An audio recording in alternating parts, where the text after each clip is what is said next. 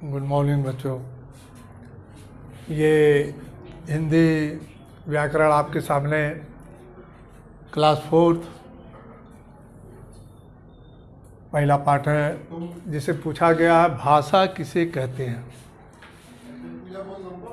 भाषा किसे कहते हैं? भाषा वो साधन है जिसके द्वारा हम अपने भाव और विचार लिखकर या बोलकर दूसरों के सामने प्रकट करते हैं तथा दूसरों के भाव और विचार को समझते हैं, उसे भाषा कहते हैं। हमको भाषा के बारे में बताया गया ना कि हम अपनी बात कह के किसी को लिखकर बोलकर या उनके विचार को हम समझते हैं या हम अपनी बात को उनको समझाते हैं, उसे भाषा कहते हैं। अब आइए आप नंबर 2 में, भाषा के कितने रूप होते हैं। भाषा के कितने रूप होते हैं? भाषा के 3 रूप होते हैं।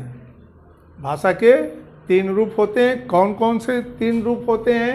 एक मौखिक भाषा होता है, नंबर 1 मौखिक भाषा, नंबर 2 लिखित भाषा, नंबर 3 सांकेतिक भाषा। यह नंबर 1 में मौखिक भाषा किसे कहते हैं? मौखिक भाषा वो होता है जो हम बोलकर, अपने मुंह से बोलकर किसी के सामने अपनी बात को बोलकर उसे समझाते हैं, बोलते हैं। बोलकर प्रकट किए गए विचार या भाव को मौखिक भाषा कहते हैं। नंबर 2 में देखिए, लिखित भाषा किसे कहते हैं? जिसे लिखकर, किसी चीज़ पर लिखकर हम अपने विचार को या अपने भाव को उनके सामने प्रकट करते हैं, उनको समझाते हैं, उनको बताते हैं। लिखकर प्रकट किए गए विचार या भाव को लिखित भाषा कहते हैं। जिस तरह हम लिख के किसी को अपनी बात को समझा दिया, उसे लिखित भाषा कहते हैं। नंबर 3 में आइए, सांकेतिक भाषा। सांकेतिक भाषा क्या होता है? जैसे हम किसी को इशारे से हम समझा रहे हैं कि देखिए वो चीज़ ये है, ये है, ये है, उसको इशारे में अगर हम समझा रहे हैं तो उसके बारे में बोला जा रहा है सांकेतिक भाषा। इशारे द्वारा प्रकट किए गए, इशारे द्वारा प्रकट किए जाने वाले विचार या भाव को, जिस तरह हम इशारे से किसी चीज़ के विचार को, भाव को समझा दें, उसे सांकेतिक भाषा कहते हैं। अब आइए, ये आपका 1, 2, 3 लेसन में आइए, लिपि किसे कहते हैं? बहुत से लोग लिपि के बारे में नहीं समझ पाते हैं, लिपि किसे कहते हैं। और लिपि किसे कहते हैं? लिपि भाषा के ध्वनि, चिन्हों, वर्णों को, किसी भाषा के वर्णों को यानी ध्वनि वर्णों को लिखने की विधि को लिपि कहते हैं। खूब विचार दिमाग से आप लोग समझ लीजिएगा।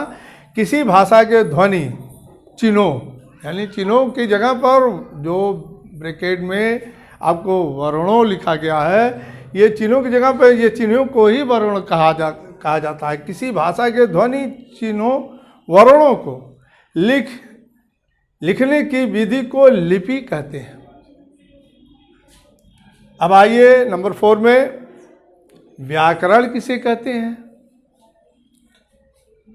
व्याकरण वह शास्त्र है, व्याकरण वह शास्त्र है जिसके द्वारा हम किसी भाषा को शुद्ध, किसी भाषा को शुद्ध बोलना, लिखना तथा पढ़ना सीखते हैं। जिसके द्वारा, व्याकरण वह शास्त्र है जिसके द्वारा हम किसी भाषा को शुद्ध बोलना, जैसे किसी भाषा, कोई भी भाषा हो, इंग्लिश हो, हिंदी हो, उर्दू हो, अरबी हो, कोई भी भाषा हो, किसी भाषा के जरिए, किसी ज़ुबान से हम बोल कर किसी को बोलते हैं और लिखते हैं, पढ़ते हैं, उस माध्यम से कहा जा रहा है। व्याकरण वह शास्त्र है जिसके द्वारा हम किसी भाषा को शुद्ध तरीके से बोलते हैं या बोलना, लिखना तथा पढ़ना सीखते हैं, उसे व्याकरण कहते हैं, वह व्याकरण कहलाता है। अब आइए नंबर 5 में,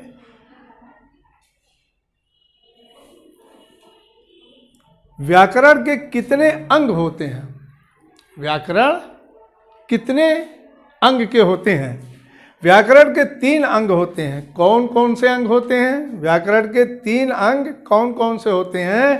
पहला नंबर 1 वर्ण विचार। ये विचार जो आपको बताया गया है कि किसी के बारे में अपना विचार प्रकट करना, भाव बताना, वर्ण विचार। शब्द विचार, जो शब्द हम किसी को उच्चारण देते हैं, बोलते हैं, बात करते हैं किसी से, उसके बारे में बोला जा रहा है। और ये वाक्य, जिस बारे में बात पूरी समझ में आ जाए, किसी चीज़ कोई हम बात कर रहे हैं उसके बारे में समझ जाओ, उसे वाक्य विचार कहते हैं। जैसे आपको ये समझाया गया व्याकरण के कितने अंग होते हैं, तो व्याकरण के 3 अंग होते हैं। नंबर 1 वर्ण विचार, दूसरा शब्द विचार, तीसरा वाक्य विचार। ये आप इसे अपनी कॉपी पर लिख लीजिए और इसे याद कर लीजिएगा। बहुत बहुत धन्यवाद। Thank you.